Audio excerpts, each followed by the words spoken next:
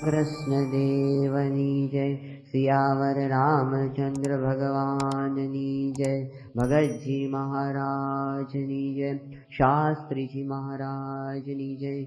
योगी जी महाराजनी जय। गुरु हरि प्रमुख स्वामी महाराजनी।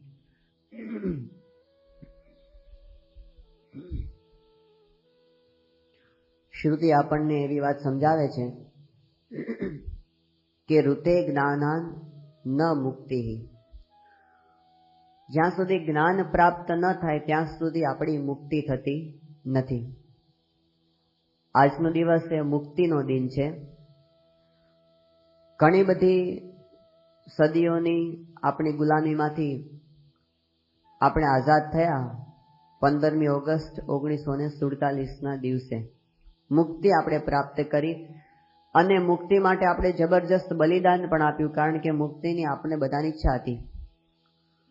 તો દરેક વ્યક્તિની એક મૂળભૂત મનોકામના રહેતી હોય છે કે આપણે સ્વતંત્ર હોઈએ. આપણા ઉપર કોઈનું શાસન હોય એ આપણને ગમતું નથી. ગુલામીમાંથી મુક્ત થવા માટે આપણે બધું કરવા માટે તૈયાર હતા. તો એવી જ રીતે આત્માની મુક્તિ માટેની જે વાત છે એની માટે એવું કહેવાયું છે કે ઋતે જ્ઞાનાન ન મુક્તિ. જ્ઞાન વિના મુક્તિ થતી નથી. તો એ જ્ઞાન કઈ રીતે પ્રાપ્ત થાય શ્રી કૃષ્ણ ભગવાન 4થા અધ્યાયની અંદર આપણને સમજાવી રહ્યા છે. ભગવાને વાત કરી કે શ્રદ્ધાવાન લભતે જ્ઞાનમ તત્પરઃ સંયતેન્દ્રિયઃ જ્ઞાનમ લબ્ધ્વા પરામ શાંતિમ અચિરેણાધિગચ્છતિ. એની અંદર સમજાવ્યું આપણને કે કોણ જ્ઞાન પ્રાપ્ત કરે છે. શ્રદ્ધાવાન. શ્રદ્ધાવાન પુરુષ હોય એને જ્ઞાન પ્રાપ્ત થાય છે, સંશય આત્મા હોય એને નહીં. પછી કીધું કે તત્પર પાછો હોવો જોઈએ. જ્ઞાન પ્રાપ્ત કરવાની અંતઃકરણમાં તમન્ના હોવી જોઈએ, જિજ્ઞાસા હોવી જોઈએ. આ બીજું લક્ષણ. ત્રીજું કહે છે કે સંયતેન્દ્રિય. ખાલી આપણે ઉપરથી વાતો કરીએ એવું નહીં, પણ એના માટે ઇન્દ્રિયોનો સંયમ પણ એટલો જ આવશ્યક છે. જ્ઞાન માટે ઇન્દ્રિયોની શુદ્ધિ જરૂરી છે. જ્યાં સુધી આપણી ઇન્દ્રિયોની વૃત્તિઓ ચારે બાજુ ભટક્યા કરતી હોય ત્યાં સુધી આપણને જ્ઞાન થતું નથી. આજે એકાદશીનો દિવસ છે અને શ્રીજી મહારાજે એકાદશીના વચનાવતની અંદર સમજાવ્યું છે કે આપણે એકાદશીનું વ્રત કરીએ એટલે શું? તો મહારાજ કે ખાલી આપણે ભૂખ્યા રહીએ કાંઈ એકાદશીનું વ્રત નથી, પણ 11 ઇન્દ્રિયોને પોતાના આહારમાંથી પાછી વાળવી. ગમે ત્યાં આપણી આંખ દોડ્યા કરે છે, ગમે ત્યાં આપણા કાન ભટક્યા કરે છે, ગમે ત્યાં આપણું મન ભટક્યા કરે છે, એને સંયમની અંદર લાવી, એને કંટ્રોલની અંદર લાવી, એનું નામ કેવું છે સંયતેન્દ્રિય. આવી રીતે સંયમ કરો ઇન્દ્રિયોનો, અને એવી રીતે જ્યારે કરે ત્યારે આપણે જ્ઞાનને પ્રાપ્ત કરવા માટે આપણે લાયક બનતા હોય છે. સ્વામિનારાયણ ભગવાને જે આપણને ધર્મ માર્ગ બતાવ્યો છે એની સૌથી મોટી વિશેષતા શું છે? તો એમણે તત્વજ્ઞાન અને વર્તન બંનેનું સમન્વય કરેલો છે. ઘણી બધી જગ્યાએ આપણને દેખાય છે કે જ્યાં જ્ઞાનની વાત છે તો એકલી જ્ઞાનની જ વાતો, ભક્તિની વાત તો પછી એકલી ભક્તિની જ વાતો. બસ ભક્તિ કર્યા કરો, જ્ઞાન કર્યા કરો, કથા વાર્તા કર્યા કરો, આત્માનું ચિંતન કર્યા કરો, બધું. પણ ઇન્દ્રિયોનો સંયમ કરવો એ જો ન હોય તો પછી એ જ્ઞાન એને ઉથલાવીને ઊંધું નાખી દેશે. એ જ્ઞાન એને કામ લાગતું નથી. અને કોઈક જગ્યાએ એવું છે કે તમે બસ તપ કર્યા કરો, તમે ઇન્દ્રિયોનો સંયમ જ કર્યા કરો, તમે કંટ્રોલ કર્યા કરો, સંયમ કર્યા કરો, પરંતુ ત્યાં આગળ આવી સમજણ નથી, તત્વજ્ઞાન નથી. બંનેનો સમન્વય બહુ જરૂરી છે. તો સંયતેન્દ્રિય જ્યાં સુધી આપણે ન થઈએ ત્યાં સુધી આપણે જ્ઞાનને યોગ્ય બનતા નથી, આપણી પાત્રતા જ્ઞાન માટે બનતી નથી. એટલે બંનેની સરખી આવશ્યકતા છે. આપણે તત્પર તો થવાનું છે, સાથે સાથે ઇન્દ્રિયોનો સંયમ પણ જરૂરી છે. મુક્તાનંદ સ્વામી પોતે જ્યારે ભગવાનને પ્રાપ્ત કરવા માટે નીકળ્યા, એમણે એવું નક્કી કરેલું કે મારે પહેલા તો બ્રહ્મચર્યની સિદ્ધિ કરવી છે.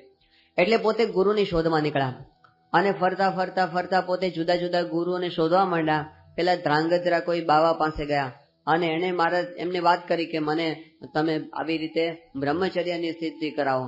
એ વખતે ત્યાં જે દ્વારકાદાસ નામના બાવા હતા એમણે વાત કરી કે ભાઈ મારી તો આની અંદર ગતિ નથી, પણ વાંકાની અંદર એક કલ્યાણદાસ નામનો એક બાવો રહે છે અને એ બાવો બહુ સમર્થ છે અને એ છે ને પોતે આમ પિત્તળની કોપીન પહેરે છે અને એને લોઢાનું તાળું મારે છે.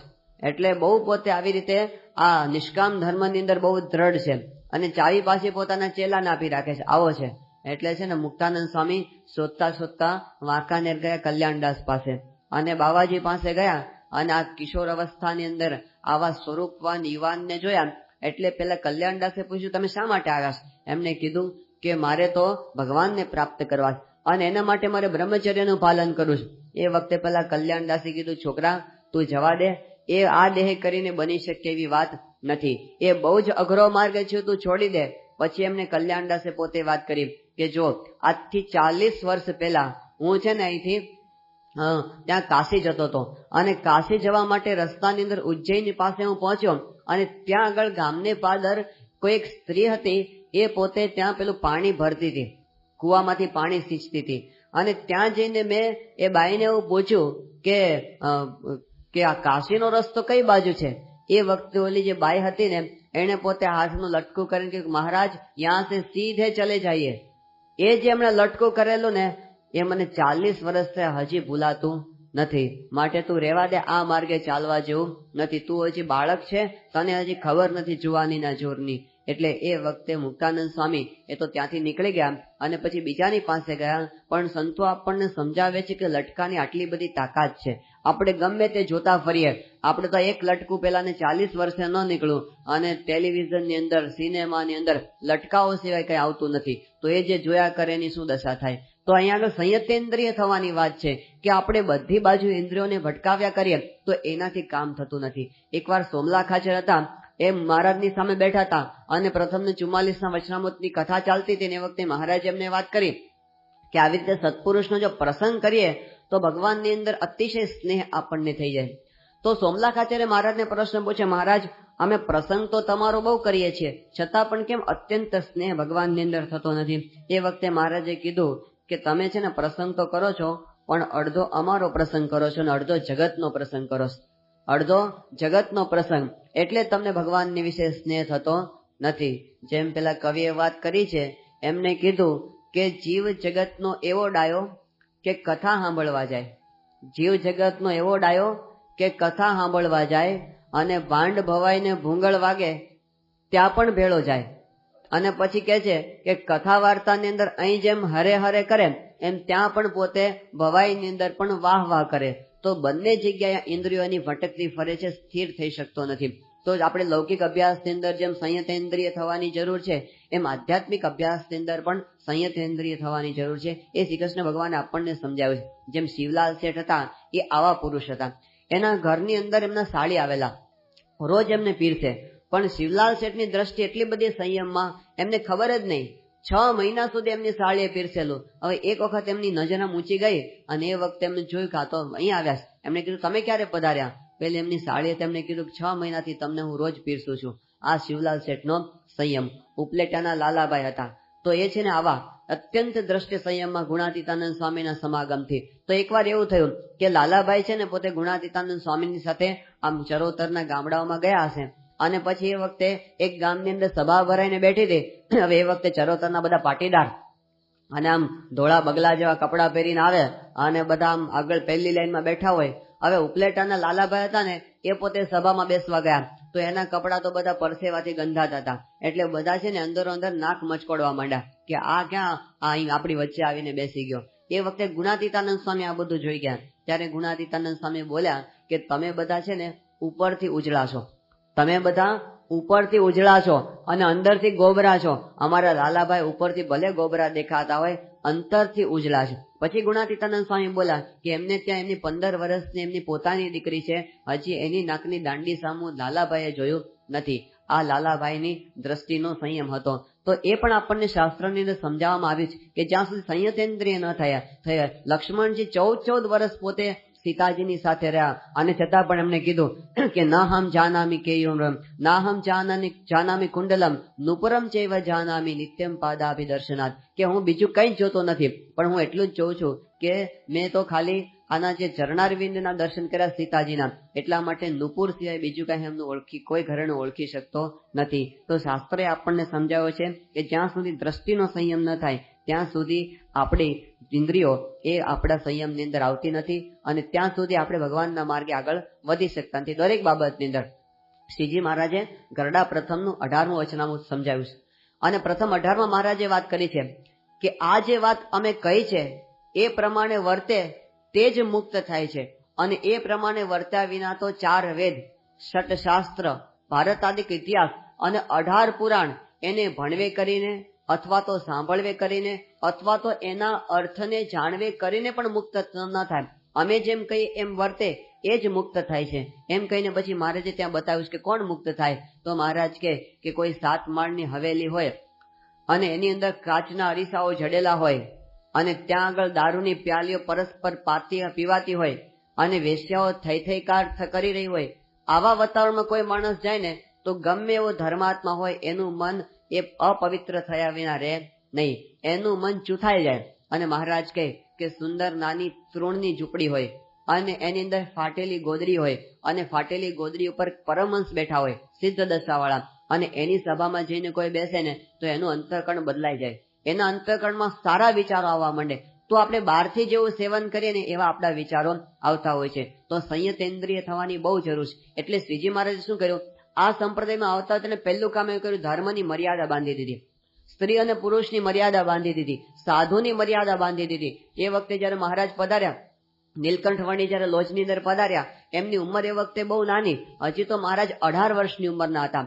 અને આશ્રમની અંદર તો જૂના જૂના સંતો બધા રહેતા હતા. એમાં મુક્તાનંદ સ્વામી જેવા સાધુતાની મૂર્તિ સમાન સંત હતા, જે શ્રીજી મહારાજ કરતા નીલકંઠ વર્ણી કરતા તો 22 વર્ષે મોટા હતા. અને બીજા 60 સાધુ એવા બધા રહેતા હતા. હવે ત્યાં નીલકંઠ વર્ણી આશ્રમમાં પોતે રહેવા માંડ્યા અને 2 દિવસ થયા અને નીલકંઠ વર્ણીએ વાત કરી. એમણે કીધું કે આજે તમે દિવાલ રાખો છો અને દિવાલની અંદર ગોખલો રાખવો એ બરાબર નથી. એ ગોખલો શેના માટે હતો, તો એની બાજુમાં જ એક ગૃહસ્થનું ઘર હતું અને ગૃહસ્થના ઘરની વચ્ચે અને આશ્રમની વચ્ચે દિવાલ હતી. દિવાલમાં ગોખલો એટલા માટે રાખવામાં આવેલો કે એ વખતે માચીસની શોધ થઈ નહોતી, એટલે જયારે કોઈ અગ્નિ બુઝાઈ જાય તો બાજુમાંથી અગ્નિ માગવો પડે. તો અગ્નિ લેવા માટે ગોખલો રાખ્યો હતો કે જયારે ગૃહસ્થના ઘરમાં અગ્નિ બુઝાઈ જાય ત્યારે સાધુ એને આપે, અને જયારે સાધુઓનો અગ્નિ બુઝાઈ જાય ત્યારે પછી આશ્રમ માટે પેલી બાઈ હતી એ પોતાનો અગ્નિ આપે. એ વખતે નીલકંઠ વર્ણીએ વાત કરી કે આ તો ધર્મમાં છિદ્ર છે, આ દિવાલમાં છિદ્ર નથી, ધર્મમાં છિદ્ર, અત્યારે ને અત્યારે પુરાવી દો. અને ત્યાં જ નીલકંઠ વર્ણીએ ઉભા એ છિદ્ર પુરાવી દીધું. નીલકંઠ વર્ણીનો પ્રભાવ એવો હતો કે આવા મોટા મોટા જૂના સંતો હતા, બધા એમની આજ્ઞાનું પાલન પણ કર્યું. મહારાજે જોયું કે આ તો બધી સ્ત્રી પુરુષોની ભેગી સભા થાય છે, બધા સાથે બેસે છે બધા. એ વખતે મહારાજે વાત કરી કે આ સભાની અંદર આપણાથી ન બેસાય. તો નીલકંઠ વર્ણી મુક્તાનંદ સ્વામી કથા કરતા હતા, એની વચ્ચેથી ઉભા થઈને નીકળી ગયા અને બધા પુરુષોને કીધું કે આપણે ચાલો નોખી સભા કરીએ. અને નીલકંઠ વર્ણીનો પ્રભાવ એવો કે સભામાં જેટલા પુરુષો બેઠા હતા બધા નીલકંઠ વર્ણી સાથે ઉભા થઈ ગયા અને બધા જુદી સભામાં. મુક્તાનંદ સ્વામી એકલા વધ્યા સ્ત્રીઓની વચ્ચે. એ વખતે મુક્તાનંદ સ્વામી હાથ જોડીને બધી બહેનોને કીધું કે આ નવા વર્ણી આવ્યા છે ને, હવે આપણું તંત્ર ચાલવા દેશે નહીં, માટે હવેથી આપણી સભા નોખી થશે. એમ કહીને મુક્તાનંદ સ્વામી પણ ઉભા થઈને નીલકંઠ વર્ણીની સભામાં આવી ગયા. પણ પહેલી વાત નીલકંઠ વર્ણીએ આ કરી, સહજાનંદ સ્વામીએ આ કરી કે સંયતેન્દ્રિય થવાનું બધાને શીખવાડી, એક મર્યાદા બાંધી દીધી. તો મર્યાદા હોય ને ત્યાં આગળ ધર્મનું પાલન થાય, નહીતર ધર્મની જ સભા હોય અને ભગવાનની જ વાત થતી હોય, પણ જો સંયમ ન હોય ને તો ત્યાં આગળ શું થાય કે પછી ભગવાનનું વાત થતી હોય પણ ઇન્દ્રિયોનું પોષણ થયા કરે, એમાંથી અધર્મનું પોષણ થાય. ભગવાનનું તો ખાલી નામ રહે, ભગવાનનું તો ખાલી નામ અને પોષણ બીજું બધું જ થયા કરે. અત્યારે નવરાત્રી થોડા સમય પછી આવશે અને એની અંદર બધા માતાજીની ભક્તિ કરવા માટે બધા જાય છે ત્યાં આગળ. પણ જે કઈ આયોજકો છે, જે કોઈ બધા ગાનારા છે, જે કોઈ વગાડનારા છે, જે કોઈ નાચનારા છે કે જે કોઈ જોનારા છે, એમાંથી કોઈ પોતાની છાતી ઉપર હાથ મૂકીને એમ કહી શકે એમ નથી કે અમે ભગવાનની માતાજીની ભક્તિ માટે કરીએ. એટલી હદ સુધી આપણા ગરબા અત્યારે છેલ્લી કક્ષાએ પહોંચી ગયા. સંયતેન્દ્રિય કોઈ રહ્યા નથી. અમદાવાદની અંદર જેમ આપણો પેલો યુવક હતો 24 વર્ષની ઉંમરનો અને છેલ્લી અવસ્થામાં 6 મહિનાથી રીબાતો હતો, ભયંકર પરિસ્થિતિની અંદર એ પીડાની અંદર પોતે પડ્યો હતો. ત્યારે એને ઇન્ટરવ્યુ લેવામાં આવ્યો અને પૂછ્યું કે તારી આટલી ખરાબ દશા કેમ થઈ? અને યુવાને જવાબ આપ્યો એક વાક્યની અંદર કે હું એકવાર નવરાત્રીની અંદર ગરબા જોવા ગયો અને એમાંથી મારી આ દશા થઈ.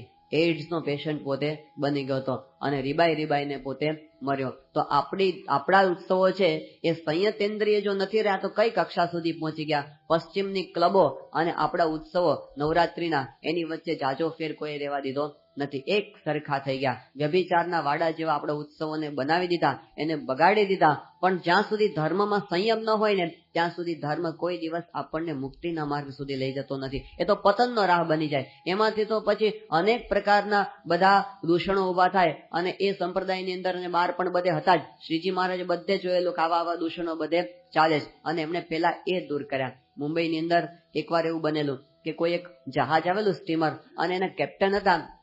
એમને મુંબઈમાં એક દિવસ માટે રોકાવાનું તો આપણે બધા મુંબઈમાં ફરીએ. એ લોકો દાદર મંદિર આવેલા અને એ વખતે દાદર મંદિરે એમને ત્યાં બધા આપણા સંતોને બધાને મળ્યા, કોઠારી સ્વામીને મળ્યા અને પછી એમને બધા સંતોના નિયમો વિશે જાણ્યું. અને એ વખતે એમને જયારે જાણ્યું કે આ સંતો છે ને એ તો આવી રીતે સ્ત્રીનો અષ્ટ પ્રકારે ત્યાગ રાખે છે અને એ વખતે એના માન્યામાં ના આવ્યું. એને વાળીને પૂછ્યું કે સાચી વાત છે, આમ જ હોય છે કે હા.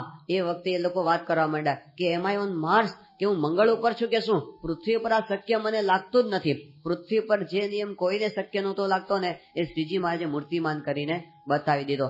આ મહારાજનું કાર્ય હતું. બાકી શાસ્ત્રમાં તો વાતો ઘણી બધી લખેલી કે આવા નિયમો હોય છે, પણ એવા નિયમવાળા સંતો પ્રગટ કરી બતાવ્યા, એમની રક્ષા કરી, એની ઉપર છત્ર મહારાજે મૂકી દીધું કે હવે તમે નિર્ભય થઈને સમાજમાં ફરો, તમને કોઈ કાંઈ કરી શકશે નહીં. તો નિર્ભય એમણે બનાવી દીધા આ શ્રીજી મહારાજનું કાર્ય. તો મહારાજે સંયતેન્દ્રિય બધાને બનાવ્યા. કેટલાક લોકો કહેતા હોય છે કે અમે તો બધા જ્ઞાની છીએ અને અમને કાંઈ અડે નહીં, પણ એ વસ્તુ હજી સુધી શક્ય બની નથી. શ્રીજી મહારાજે વચનામૃતની અંદર વાત કરી, ગમે તેવો સમાધિનિષ્ઠ હોય અને ગમે તેવો વૈરાગ્યવાન પુરુષ હોય, પણ જો મર્યાદા લોપે ને તો એના ધર્મનો કોઈ દિવસ નેઠો રહેતો નથી. તો મહારાજ કે મનનો ક્યારેય વિશ્વાસ કરવો નહીં. તો વિશ્વાસ મૂકી અને સંયતેન્દ્રિય બનવાની વાત શ્રીજી મહારાજે વચનામૃતની અંદર સમજાવી. એ જ વાત શ્રી કૃષ્ણ ભગવાન અહીં આગળ સમજાવે છે. એટલે કવિ નાનાલાલ એવું કહેતા કે શ્રીજીએ પ્રવર્તાવેલા ધર્મ માર્ગની લાક્ષણિકતા શી લેખાય? શ્રીજીએ પ્રવર્તાવેલા ધર્મ માર્ગની લાક્ષણિકતા શી લેખાય? તો એમને કીધું કે આ ધર્મ માર્ગ છે એ આહાર શુદ્ધિનો છે, વિહાર શુદ્ધિનો છે, વિચાર શુદ્ધિનો છે, વ્યવહાર શુદ્ધિનો છે અને સર્વદેશી આંતર બહિર શુદ્ધિનો આ માર્ગ છે. તો મહારાજે શુદ્ધિનો માર્ગ એમને તો લખ્યું છે નાનાલાલે કે સ્ત્રી પુરુષોના મંદિરો જુદા અને દર્શન દ્વાર પણ જુદા. એ બધી મર્યાદા હતી ને મહારાજે પોતે પહેલી વહેલી આ જગતની અંદર સ્થાપી. તો મર્યાદા છે ને એ આપણી રક્ષા માટે છે, એ કાંઈ બંધન નથી, આપણી મુક્તિના એ દ્વાર છે. આવું જ્યારે થાય ત્યારે આપણે જ્ઞાનને પાત્ર થતા હોય છે. આ વાત ગીતાએ આપણને સમજાવી. ગીતાની અંદર જ્ઞાન શબ્દ જુદા જુદા અર્થમાં ઘણી જગ્યાએ પ્રયુક્ત થયો છે. આ જગ્યાએ જે આપણે ચોથા અધ્યાયમાં સમજ્યા ત્યાં જ્ઞાનનો અર્થ થાય છે કે આપણી આધ્યાત્મિક સ્થિતિ થવી, કેતા કે જ્ઞાનનો સાક્ષાત્કાર થવો એ અર્થ થાય છે. કેટલીક જગ્યાએ જ્ઞાનનો અર્થ જ્ઞાનનું સાધન એવો પણ કર્યો છે. 12મા અધ્યાયની અંદર જ્ઞાન શબ્દ જ વાપર્યો છે, પણ એ જ્ઞાનનો અર્થ જ્ઞાયતે અનેન ઇતિ જ્ઞાનમ, જેના દ્વારા જ્ઞાન થાય એ જ્ઞાનના સાધનને જ્ઞાન નામ આપવામાં આવ્યું છે. અને બીજો એક જ્ઞાન શબ્દનો પ્રયોગ કર્યો છે એ 3જા અધ્યાયની અંદર કર્યો છે અને એની અંદર લખ્યું છે કે જ્ઞાન એટલે માહિતી જ્ઞાન. એ આપણને ઘણા બધાને હોય છે, જેમ આપણે બોલીએ છીએ, આપણે સાંભળીએ છીએ અને આપણે બુદ્ધિ છે એટલે યાદ રહી જાય. આ બધું શું કહેવાય? માહિતીનું જ્ઞાન. તો માહિતીનું જ્ઞાન છે ને એ પાછું મુક્તિ કરી શકતું નથી. ત્યાં આગળ શ્રીજી મહારાજે શ્રી કૃષ્ણ ભગવાને પોતે વાત કરી છે. 3જા અધ્યાયનો 33મો શ્લોક કહે છે કે સદૃશમ ચેષ્ટતે સ્વસ્યા પ્રકૃતિર જ્ઞાનવાનપી, સદૃશમ ચેષ્ટતે સ્વસ્યા પ્રકૃતે જ્ઞાનવાનપી. પોતાની પ્રકૃતિ હોય એ પ્રમાણે જ્ઞાની પુરુષ હોય ને એ પણ આચરણ કરે છે. ત્યાં આગળ એમને વાત કરી છે કે પોતાનો ઇન્દ્રિયોનો નિગ્રહ એ કરવા માંગતો હોય ને તો પણ ઇન્દ્રિયો છે એ પરાણે ખેંચીને એને વિષયની તરફ લઈ જાય છે. તો પ્રકૃતિમ યાદિ ભૂતાની નિગ્રહ કેમ કરીષ્યતિ? જ્યારે પ્રકૃતિને જીવ આધીન થઈ જાય છે ને ત્યારે નિગ્રહ કંઈ કરી શકતો નથી. જો અહીં આગળ શું લખ્યું છે? જ્ઞાનવાન અપી, જે જ્ઞાની છે એ પણ ચેષ્ટતે સદૃશમ સ્વસ્યાહ પ્રકૃતે, પોતાની પ્રકૃતિ પ્રમાણે જ આચરણ કરે છે, જ્ઞાન પ્રમાણે આચરણ નથી કરતો. જાણે છે ખરો કે હું કરું છું ને ખોટું છે, પણ જાણવા છતાં પોતે મૂકી શકતો નથી ને આને પણ જ્ઞાની કીધો છે. અને આવા માણસની દશા છે ને બહુ ખરાબ. કેવળ અજ્ઞાની માણસ છે ને એ તો પોતે અજ્ઞાનની અંદર ભૂલો કર્યા જ કરે, પણ જ્ઞાન હોય એ જાણતો હોય કે મારે આમ કરવું જોઈએ છતાં ન કરી શકે. એ માણસ છે ને અંતરમાં કાયમ સંઘર્ષની અંદર જીવતો હોય, સતત એને લડાઈ લેવી પડતી હોય, એ પોતે મૂંઝવણની અંદર જીવતો હોય. તો તો આવા માણસની દશા બહુ ખરાબ હોય છે. એમાંથી મુક્ત થવાનો માર્ગ પણ પછી ગીતા બતાવે છે. પણ પહેલા તો આપણે એ સમજીએ કે સદૃશમ ચેષ્ટતે સ્વસ્યાહ પ્રકૃતે જ્ઞાનવાન અપી. જાણવા છતાં પોતાની પ્રકૃતિના બંધનમાંથી મુક્ત ન થવું ને, આ બહુ મોટું બંધન છે. એમાંથી સ્વતંત્ર થવાની જરૂર છે. આજે આપણે સ્વતંત્ર થયા અને ઘણા બધા વર્ષો થયા, પણ એ સ્વતંત્રતા આપણે ક્યારે લઈ શક્યા? પહેલા તો આપણને બંધનની ખબર પડી ત્યારે. જો બંધનની જ ખબર ન હોય તો મુક્તિ ક્યાંથી થઈ શકે? 14મી ઓગસ્ટ 1947 રાત્રે આખા ભારતની પ્રજા બધી સૂઈ ગઈ હતી અને 15મી ઓગસ્ટે સવારે લોકો જયારે ઉઠ્યા ત્યારે સ્વતંત્ર હતા. આગલે દિવસે રાત્રે બંધનમાં હતા અને સવારે ઉઠ્યા ત્યારે મુક્ત થઈ ગયા હતા. તો મોટા ભાગના લોકોને તો ખબર જ નથી કે આપણે મુક્ત થયા શું. કંઈક બંધનમાં હોય એવું લાગે તો મુક્ત થયા ને. જેમ 14મી ઓગસ્ટે સવારે ઉઠ્યા હતા અને દાંતણ કર્યું હતું, નાયા હતા અને ધોયા હતા અને પોતાના વ્યવહારમાં લાગ્યા હતા, એવી જ રીતે 15મી તારીખે લાગ્યા. તો એવું થયું શું કે બંધનમાંથી મુક્ત થયા? જ્યાં સુધી બંધન નથી ખબર ને ત્યાં સુધી મુક્તિનો પણ એ લોકોને આનંદ હતો નહીં. પણ ભારતમાં એવા કેટલાક લોકો હતા જે જાગૃત હતા અને એને ખબર હતી કે અમે બંધનની અંદર છીએ. એને તરફડતા હતા કે ક્યારે અમે બંધનમાંથી છૂટીએ. એમાં ગાંધીજી હતા, એમાં સુભાષચંદ્ર બોઝ જેવા હતા, કે પછી એની અંદર સરદાર પટેલ જેવા હતા, કે નહેરુ જેવા હતા. આવા કેટલાક ગણ્યા ગાંઠા લોકો એવા હતા કે જે જાણતા હતા આપણે બંધનની અંદર છીએ. એમ પ્રકૃતિનું બંધન પણ જબરજસ્ત મોટું બંધન. પહેલી તો 200-300 સાલની ગુલામી હતી, પણ એ ગુલામીમાંથી છૂટવા માટે આપણે 6 લાખ લોકોની કુરબાની એ વખતે આપવી પડી અને માંડ આપણે એમાંથી છૂટ્યા. પણ આ જે ગુલામી છે ને, એ આપણી 200-300 વર્ષની ગુલામી નથી. આ ગુલામી ક્યારથી છે? અનાદિકાળથી. જ્યારથી જીવ છે ત્યારથી આ ગુલામીના બંધનની અંદર આપણે છીએ. આપણી પ્રકૃતિની ગુલામી, આપણી માયાની ગુલામી, આપણા સ્વભાવની ગુલામી. અને એ ગુલામી છે એ બહુ જબરજસ્ત છે. એમાંથી સ્વતંત્ર ક્યારે થઈએ? તો પહેલા તો આપણને ખબર પડે કે અનંત જન્મોથી આપણે આ ગુલામીની અંદર છીએ. નહીતર આપણે છે ને પાંજરાની અંદર જ હોઈએ અને પાંજરું છે ને આપણને સેટ થઈ ગયું, આપણને ફાવી ગયું બંધન. એવા પ્રકારનું ઘણી વખત બંધનમાંથી મુક્ત કરે એને ગમે માણસને. એવું થાય છે ઘણી વખત. ઢોરને ખીલેથી આમ મુક્ત કરી દે, તું ફર આખા વાડાની અંદર, પણ એને ગમે નહીં, એ ત્યાં જ પોતે આવીને ઉભું રહે. તો છે ને બંધન માણસને ફાવી ગયો છે. એકવાર એવું થયું કે એક આશ્રમની અંદર છે ને બધા ગુરુજીની પાસે વિદ્યાર્થીઓ ભણતા હતા. હવે ગુરુજી રોજ સવારે પેલું નદીએ નાહવા માટે જાય. એકવાર પોતે કમંડળ ભર્યું, તો કમંડળની અંદર ભેગી એક નાની એવી માછલી આવી ગઈ, નાની માછલી.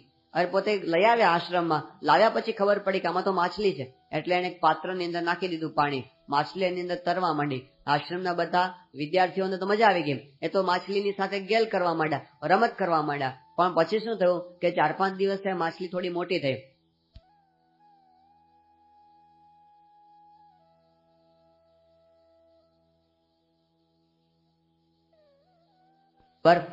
નથી, બંધનની અનુભૂતિ જ નથી. જેમ કોઈ પક્ષી હોય, એ જન્મ્યું ત્યાંથી પાંજરાની અંદર જ મોટું થયું હોય, તો એને ખબર જ ન હોય કે પાંજરાની બહાર પણ કોઈક જીવન છે, કોઈક મુક્ત એક જીવન છે કે જેની અંદર બહુ જ આનંદ છે, એની એને ખબર હોતી નથી. પણ જ્યારે પોતે જુએ, કોઈક એક પક્ષીને સામેના વૃક્ષ પર જુએ, પોતાના જેવું જ પંખી હોય અને કિલ્લોલ કરતું હોય, ઉડતું હોય, નાચતું હોય, કૂદતું હોય, એવા પંખીને જ્યારે જુએ ત્યારે એને લાગે ઓહો, મારો જ પેલો ભાઈ છે, મારા જેવો જ છે, અને કેટલું સરસ ઉડી શકે છે અને કેટલું બધું જઈ શકે છે, અને મારે તો બસ આ 2 ફૂટના પાંજરાની બહાર નીકળવાનો નથી. એ જ્યારે જોવે ને ત્યારે એને ખબર પડે કે આવું એક જીવન છે ખરું. એમ આપણે સત્પુરુષની સામે જોઈએ ને, જ્યારે મોટા સંતની સામે જોઈએ ને, ત્યારે આપણને ખબર પડે કે આપણે બંધનમાં છીએ. એ કેટલા મુક્ત છે. એને કોઈ પ્રકારનું બંધન નથી, એને વિષયનું બંધન નથી, એને કોઈ પણ પ્રકારના અહંકારનું બંધન નથી. આપણે તો જાત જાતના બંધોની અંદર ઝઘડાયેલા છીએ. એ આપણને ખબર પડે જ્યારે સત્પુરુષની સામે જોઈએ ને ત્યારે. તો આવા બંધન પ્રકૃતિ મ્યાંતિ ભૂતાની નિગ્રહ કેમ કરી શકતી? તો માહિતી છે ને એ આપણને ક્યારેય મુક્ત કરી શકતી નથી. માહિતી અને જ્ઞાનની અંદર ફેર છે. માહિતીથી આપણે શાસ્ત્રની વાત કરી શકીએ, કથા વાર્તા કરી શકીએ, ઉપદેશ પણ આપી શકીએ, પણ એ માહિતી છે એ જ્યાં સુધી જ્ઞાનમાં પરિણત ન થાય ને ત્યાં સુધી આપણું કામ થતું નથી. ઇન્ફોર્મેશન અને ફોર્મેશનની અંદર ફેર છે. ઇન્ફોર્મેશન એટલે બધું જાણીને બોલી જવું, એ ઇન્ફોર્મેશન કહેવાય. પણ ફોર્મેશન એટલે આપણા જીવનનું ઘડતર થઈ જાય, આત્મસાત થઈ જાય. નોલેજમાં ને વિઝડમમાં ફેર છે. નોલેજ એટલે બધું આમ આંકડાઓ તમને યાદ રહી જાય, બધું નોલેજ કહેવાય. અને વિઝડમ એટલે તો પછી એ જીવનની અંદર એ પ્રમાણેનું વર્તન આવી જાય. તો એવી જ રીતે જ્ઞાન છે ને એ ક્યારે આવ્યું કહેવાય? જ્યારે આપણી પ્રકૃતિનું પરિવર્તન થાય ત્યારે. બાકી બોલી જવું સહેલું છે. ડોક્ટર ગ્રેહામ નામના એક બહુ સારા લેખક થઈ ગયા અને એમણે એક પુસ્તક લખ્યું છે men from Mars and women from Venus. આવું પુસ્તક એમણે લખેલું અંગ્રેજીની અંદર. હવે એની અંદર પોતે એક સિદ્ધાંત પ્રતિપાદિત કર્યો છે કે કોઈ પણ પુરુષ અને સ્ત્રી એને બંનેને જો સાથે રહેવું હોય અને જીવનભર પોતાનું દાંપત્ય નિભાવવું હોય તો આટલા સિદ્ધાંતો છે. આ પુસ્તક આખા વિશ્વમાં જબરજસ્ત પ્રસિદ્ધિને પામ્યું અને બહુ જ એનું બેસ્ટ બુક સેલરની અંદર આવી ગયું અને બધાએ વસાવ્યું અને કહે છે કે ઘણા બધાએ એમાંથી પોતાના ઘરનું સમાધાન પ્રાપ્ત કર્યું. જ્યારે પોતાના પુરુષ અને સ્ત્રી વચ્ચે જે સંબંધો હતા ઘરની અંદર એ બધા સુધરી ગયા. Men from Mars and women from Venus, કે માણસ છે, પુરુષ છે એ પોતે માર્સનો છે અને પેલી સ્ત્રી છે વિનસની છે, એટલે બંને જુદા જ ગ્રહના છે, બંને એકબીજાની પ્રકૃતિ સમજી રાખવી અને બહુ સમજણની સારી વાતો કરી હતી. પણ આશ્ચર્યની વાત એ છે કે ઘણા બધા ઘરના સંબંધો એ પુસ્તક વાંચવાથી સુધર્યા, પણ ડોક્ટર ગ્રેહામને પોતાને છૂટાછેડા લેવા પડ્યા. એને પોતાના જીવનની અંદર એ જ્ઞાન કામ આવ્યું નહીં. તો બીજાને ઉપદેશ આપી દેવો સહેલો, પણ પછી એ પ્રમાણે આચરણની અંદર ઉતારું ને, કહેની મિશ્રી ખાંડ હે ઓર રહેની તાતા લોક और कहनी कहे और रहनी રહે ऐसा વિરલા કોક. ડોક્ટર રાધાકૃષ્ણન એ ભારતના બહુ મોટા તત્વજ્ઞાની થઈ ગયા. પોતે રાષ્ટ્રપતિ પદે હતા, પણ તત્વજ્ઞાનની અંદર એ પોતે જર્મની સુધી પોતાના પ્રવચનો આપવા માટે જતા હતા અને બહુ સારા પુસ્તકો એમને લખેલા છે. હવે આપણા તત્વજ્ઞાનમાં શું આવે? ભારતના તત્વજ્ઞાનમાં આત્મા અને પરમાત્માના જ્ઞાનની જ વાત આવે, એમાં તો વૈરાગ્યની જ વાત આવે, જગતથી વિરક્ત થવાની વાત આવે અને સ્થિર પ્રજ્ઞતાની વાત આવે. આ બધી વાતો એમણે પોતે કરેલી છે. પરંતુ જ્યારે એમના જીવનમાં એવો પ્રસંગ ઉભો થયો કે એમના બહુ નજીકના સંબંધીનું અવસાન થયું, એમને ઉપર એને બહુ હેત હતું અને એ પોતે સહન કરી શક્યા નહીં. એ વખતે એમને યાદ ન આવ્યું કે જાતસ્ય હિ ધ્રુવ મૃત્યુ આ ગીતાનો ઉપદેશ છે. એ વખતે એમને યાદ ન આવ્યું કે ન જાયતે મ્રિયતે વા કદાચિત નાયમ ભૂત્વા ભવિતા વા ન ભૂય, કે આત્મા તો જન્મતોય નથી, મરતોય નથી. એ બધું એમને એ વખતે યાદ ન આવ્યું. એ જ્ઞાનની કથા વાર્તા એમને ઘણી કરેલી, પણ પોતાને કામ આવ્યું નહીં, પાગલ જેવા થઈ ગયા. રીતસર પોતે પાગલ જેવી દશાની અંદર આવી ગયા અને પછી તો એના જીવનના ઘણા બધા છબરડાઓ બહાર આવ્યા કે એની અંદર એના જ્ઞાનને એના વર્તનને કોઈ સંબંધ હતો નહીં. દક્ષિણની અંદર જે કૃષ્ણમૂર્તિ થઈ ગયા અને બહુ સારી તત્વજ્ઞાનની વાતો કરી અને ઘણા બધા એમના તત્વજ્ઞાનને સાંભળીને ઘણી બધી પ્રેરણાઓ પામ્યા. પણ એ જે કૃષ્ણમૂર્તિનું જીવન જ્યારે પાછળથી પ્રકાશિત થયું ત્યારે એની અંદર અનંત પ્રકારના ગોટાળા, એના નિષ્કામ ધર્મની અંદર, એના સ્ત્રી પુરુષના સંબંધની અંદર એમને સાવ વ્યભિચારી જીવન પોતે જીવતા હતા, એ કક્ષા સુધી પહોંચી ગયા હતા. તો જ્ઞાનની વાતો તો બહુ કરેલી, પણ એ જ્ઞાન પ્રકૃતિમ યાંતિ ભૂતાની, પ્રકૃતિ પ્રમાણે એનું આચરણ થઈ જતું હતું, એના પર પોતે સંયમ રાખી શકતા નહોતા. મહારાજના વખતની અંદર પ્રાગજી પુરાણી હતા. પ્રાગજી પુરાણી શું કરતા? આમ બધી શાસ્ત્રો વાંચ કરે. મહારાજ છે ને વંચાવે અને ગ્રંથ પૂરો થાય એટલે મહારાજ પાછી ભેટ આપે, એટલે પોતે વાંચે અને શાસ્ત્રની વાત વાંચે. એમાં તો બધી જ્ઞાનની જ વાતો હોય અને બધી માયાથી મુક્ત થવાની વાતો હોય, વિષયના ખંડનની વાતો હોય. પણ પ્રાગજી પુરાણીને પોતાને પરણવાનો બહુ ઈશક, એને છે ને પાછું કઈ મળ્યું નહોતું એટલે બહુ ઈશક પાછો. એટલે સુરા ખાચર ને બધા એમની મજાકે બહુ ઉડાડે સભાની અંદર કે પ્રાગજી પુરાણી એક લાઠીની છે ને એક જસદણની છે, અને લાઠીની છે ને જરા ઊંચી છે, જસદણની છે ને જરા નીચી છે, કઈ જોવે છે? એટલે પેલો આમ એને તો મોઢામાં પાણી આવવા માંડે. એ કે આપણે છે ને જસદણની રાખો. પછી ખબર પડે કે આ તો શૂળીની વાત કરે છે. એ વખતે લાઠીની શૂળી ઊંચી ગણાતી હતી બોલી ત્યાં આગળ મારવા માટે, અને જસદણની શૂળી હતી ને જરા નીચી હતી. એમ પ્રાગજી પુરાણીની મસ્કરી થાય છતાં પણ એમને પાછી ફરી વાર કોઈક વાત કરે ને તો ફરી પાછા તૈયાર થઈ જાય. તો પ્રકૃતિ મ્યાંતિ ભૂતાની જ્ઞાનની વાતો કરતા હતા, રોજ કથા વાર્તા સાંભળતા હતા, પણ જયારે પ્રકૃતિ સામે લડવાનું આવ્યું ત્યારે એમનું કઈ ચાલ્યું નહીં. નારદજી તો ભગવાનનું મન કહેવાય અને નારદ ભક્તિ સૂત્ર આખું એમને રચી દીધું છે કે આવી રીતે ભગવાનની ભક્તિ કરાય. અને નારદજી એટલે બધા પુરાણમાં હોય જ, કોઈ પણ પુરાણ તમે ખોલો ને એમાં નારદજીનું પાત્ર ન હોય એવું બને જ નહીં. એ બધે પહોંચી ગયા હોય અને બધી જગ્યાએ વગર વિઝાએ ફર્યા કરે. કોઈ પણ ધામની અંદર પહોંચી જવાની એમને છૂટ, બધે હોય નારદજીની કથા. હવે એ નારદજી એ પોતે એમ કહેવાય છે કે ભગવાનના મન હોવાને લીધે એ પોતે તો પાછા અજર અમર છે, એ પોતે લાંબુ જીવન જીવે છે પોતે. હવે એકવાર નારદજી પોતે શીલનિધિ રાજાના રાજ્યની અંદર ગયા.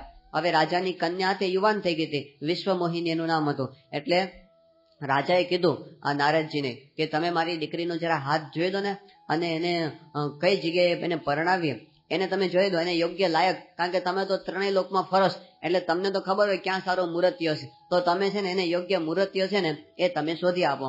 એટલે નારદજીએ પછી એમનો હાથ પકડ્યો અને હાથ પકડીને વિવેક સાગર સ્વામી કે લેધર કરંટ લાગ્યો અને પોતે કીધું કે આને યોગ્ય જે છે ને મુહૂર્તિયો એ તમારી સામે જ બેઠો છે, હું જ છું કે મને પરણાવી દો. હવે રાજાને થયું કે આ નારદજી અને આને ક્યાં આવી કુમતી સૂજી. એમને કીધું કે હું છે ને આની સ્વયંવર કરીશ અને એની અંદર જો મારી દીકરી તમને પસંદ કરશે તો તમને આપી દઈશ.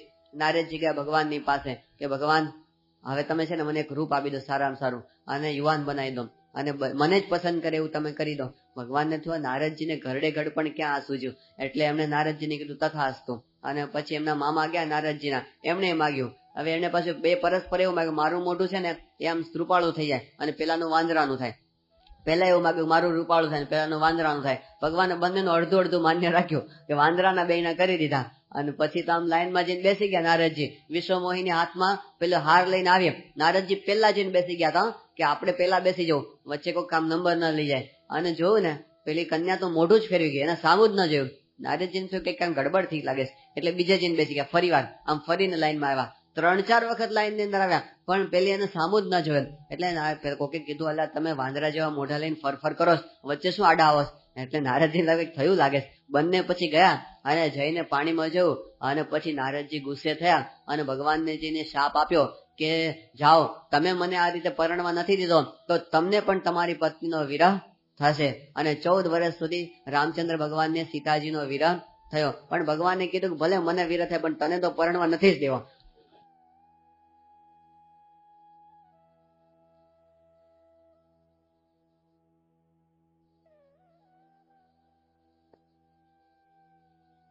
છે એક 2 ઇંચની નાની બીડી હોય, આમ સુરવીર માણસ કહેવાતો હોય અને આખા ગામને હલાવતો હોય પણ 2 બીચની બીડી એને હલાવે.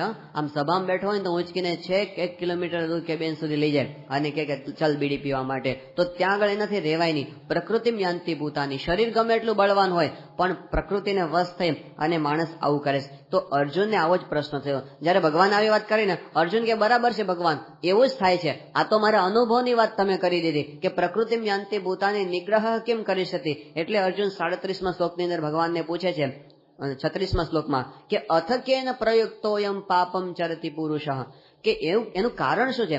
કેન પ્રયુક્ત, કોના દ્વારા આવી રીતે હું ખેંચાઈ જાઉં છું. અથ કેન પ્રયુક્તોયમ પાપમ ચરતિ પુરુષ, આ કોને આશ્રયને માણસ પાપ કરે છે ન ઈચ્છવા છતાં. અનિચ્છન્નપી વાર્ષ્ણેય બલાદ એવ નિયોજિત, જાણે બળથી કોઈ ખેંચી જતો હોય ને એવી રીતે ઈચ્છા ન હોય તો પણ વિષયના માર્ગે તણાઈ જવાય. તો આવું શું કારણ છે. આનું કારણ એ વખતે શ્રી કૃષ્ણ ભગવાન એને જવાબ આપે છે. ભગવાન કહે છે કે કામ એષ, ક્રોધ એષ, રજોગુણ સમુદ્ભવ. રજોગુણમાંથી ઉત્પન્ન થયેલો કામ, ક્રોધ અને આ બધા જે દોષો છે એ તને ખેંચી જાય છે. મહાશનો મહાપાપમાં વિદ્યેનમ ઇહ વૈરિણમ. આ છે ને કેવા છે મહાશનો, એવા બધા છે ને તું ગમે એટલું ખવડાવ ને આ કામને ક્રોધને તૃપ્તિ થાય એવી નથી. મહાપાપમાં એ બધા દોષો મહાપાપી છે અને કે છે કે વૈરિણમ, આ સંસારમાં તારા ખરેખરા વૈરી તો આ તારા દોષો જ છે અને એ જ તને વિષયના માર્ગે તાણી જાય છે. આવી વાત અર્જુનને કરી અને અર્જુનને એની અનુભૂતિ હતી કે તમારી વાત સાચી છે કે ચંચલમ હિ મનઃ કૃષ્ણ પ્રમાથી બલવદ્દૃઢમ, મારાથી ચાલતું નથી. શ્રી કૃષ્ણ ભગવાને પોતે વાત કરી કે યતતોયપી કૌંતેય, આ જગતના જીવો તો ખેંચાય જ પણ યતતોયપી, જે માણસ પ્રયત્ન કરતો હોય ને એ પણ વિષયના માર્ગે તણાઈ જાય છે. આનું શું કારણ છે એ વાતનો અનુભવ આપણને શ્રી કૃષ્ણ ભગવાને પોતે ઘણા બધા દ્રષ્ટાંતોને આધારે આપણને અહીં આગળ એમને કીધેલો છે. તો એવું થયા કરે છે. ક્રોધ ગમે ત્યારે આવી જાય, ગુસ્સો આવી જાય, કંટ્રોલ આપણે રાખી શકતા નથી. નક્કી કર્યું હોય કે આપણે નથી જ કરવો ગુસ્સો, હવે તો આ વખતે એટલું બધું ગુસ્સાએ મારું બગાડ્યું નથી જ કરવો, અને છતાં પણ સમય થાય ને ત્યારે ગુસ્સો આવી જ જાય અને એના ફળ પછી ભોગવવા પડે. મુંબઈની અંદર એકવાર એવું થયું, એક શેઠ હતા, મેનેજરની નાની એવી ભૂલ પણ મેનેજર ઉપર એટલા બધા ગુસ્સે થઈ ગયા અને એને સાવ એને જાહેરની અંદર એનું અપમાન કરી નાખ્યું, ભયંકર અપમાન. પછી પેલા મેનેજરે કીધું જો હું તને જોઈ લઉં છું. એટલે બધા ચોપડા તેના હાથની અંદર જ હતા અને રેડ પડાવી, એટલી બધી એને ભયંકર રેડ પડાવી. પેલા શેઠ હતા એને રડતા પણ આવડ્યું નહીં, આટલી હદ સુધી. તો બધું કરાવી શકે છે. માણસનો ક્રોધ છે ને એને પાયમાલ કરીને ક્યાંનો ક્યાં પહોંચાડી શકે છે. બધા સદગુરુ સંતો પેલો પ્રસંગ કે એકવાર એવું થયું કે ગુજરાતનું એક ગામ હતું ચરોતરનું, એની અંદર 2 ભાઈઓ રહેતા હતા, સગા ભાઈઓ. હવે એકવાર એવું થયું કે એક ભાઈ ખેતરેથી ગાડું લઈને આવતો હતો અને ગાડું લઈને આવે ઘરમાં પ્રવેશ કર્યો તો બીજો જે ભાઈ હતો ને ખાટલા ઉપર સૂતો હતો.